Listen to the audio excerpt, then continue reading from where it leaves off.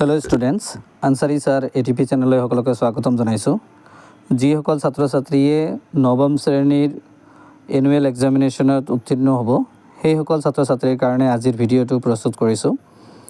ইতিমধ্যে যিটো ধুবুৰী জিলাৰ ডিষ্ট্ৰিক্ট লেভেল ইণ্টাৰনেল এক্সামিনেশ্যন কমিটিৰ থ্ৰুত এনুৱেল এক্সামিনেশ্যনৰ যিটো প্ৰগ্ৰাম আছিলে, ৰুটিন আছিলে, সেই ৰুটিনটো বৰ্তমানে চেঞ্জ কৰি দিয়া হৈছে।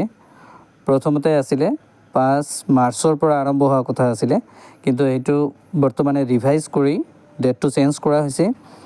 10 মাৰ্চৰ পৰা পৰীক্ষা আৰম্ভ হ'ব। পৰীক্ষাৰ ৰুটিনটো এনেকুৱা ধৰণৰ আছে: ৰাতিপুৱা 9 বজাৰ পৰা 12 বজালৈকে মৰ্ণিং, আৰু আফটাৰনুন আছে দুপৰীয়া 1 বজাৰ পৰা 4 বজালৈ।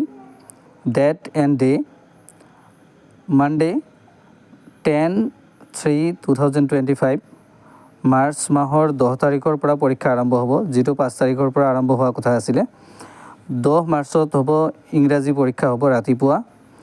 11 মাৰ্চ 2025 মঙ্গলবাৰ দিনাখন MIL মডাৰ্ণ ইণ্ডিয়ান লেংগুৱেজ অৰ্থাৎ এছামিজ পৰীক্ষাটো হ'ব, অসমীয়া লেংগুৱেজ ছাবজেক্টটো হ'ব। তাৰপিছত 12 মাৰ্চ 2025 বুধবাৰ দিনাখন ৰাতিপুৱা নাই, আবেলি 1 বজাৰ পৰা 4 বজাৰ ভিতৰত যিমানবিলাক ইলেক্টিভ ছাবজেক্ট আছে গোটেইকেইটা হ'ব। Agriculture, garment design, Arabic, advance math যিমানবিলাক আছে গোটেইকেইটা হ'ব। 13/3/2025 13 মাৰ্চত হ'ব বৃহস্পতিবাৰ দিনাখন জেনেৰেল ছায়েন্স, আৰু 17/3/2025 সোমবাৰ দিনাখন ৰাতিপুৱা নাই, আবেলি আছে জেনেৰেল মেথামেটিক্স, আৰু 18/3/2025 মঙ্গলবাৰ দিনাখন ৰাতিপুৱা নাই, আবেলি আছে ছ'চিয়েল ছায়েন্স।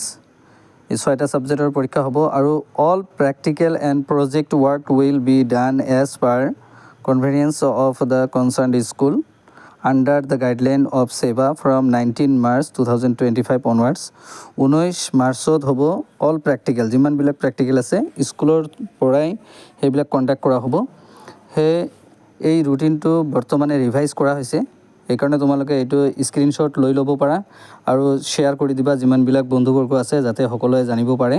5 তাৰিখত যিটো পৰীক্ষা আছিল, সেই পৰীক্ষাটো 10 মাৰ্চৰ পৰাহে আৰম্ভ হ'ব। থেংক ইউ ফৰ ৱাচিং।